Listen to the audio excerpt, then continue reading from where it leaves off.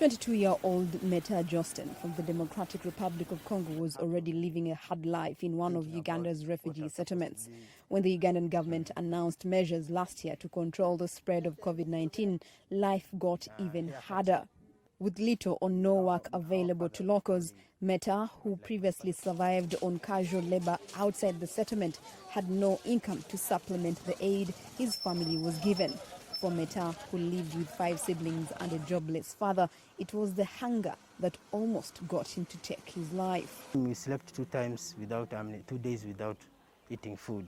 We're just surviving on just porridge, bit of porridge, which sustained us for the bit of moments.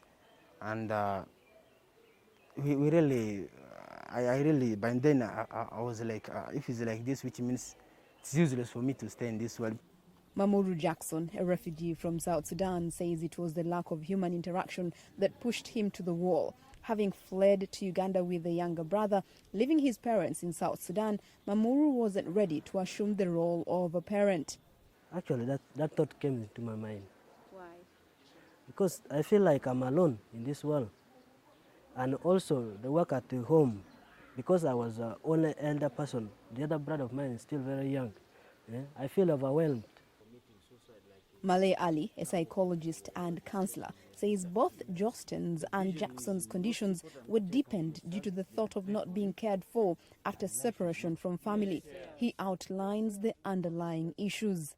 Parental abuse, poverty, those who have been stricken, and then those who are traumatized, especially those who faced violence, exchange of bullets. Now, like for the refugee dwellers, that they really had a lot of post-traumatic stress that was now facing them, transitioning them to another stage of contemplating suicide.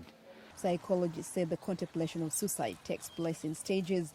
These include losing hope, planning on how to end their lives by either using an overdose, poison, ropes, or falling from high elevations, and finally accomplishing the act.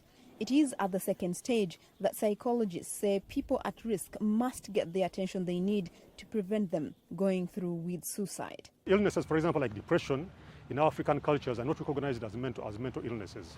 So I think there's a need for people to understand that. I mean, if you see a relative, for example, talking of suicide, don't take it lightly. I mean, the person probably is already entertaining those ideas. Some signs psychiatrists say one should look out for are withdrawal, crying, self-isolation, loss of interest in formerly pleasurable activities, and lack of sleep.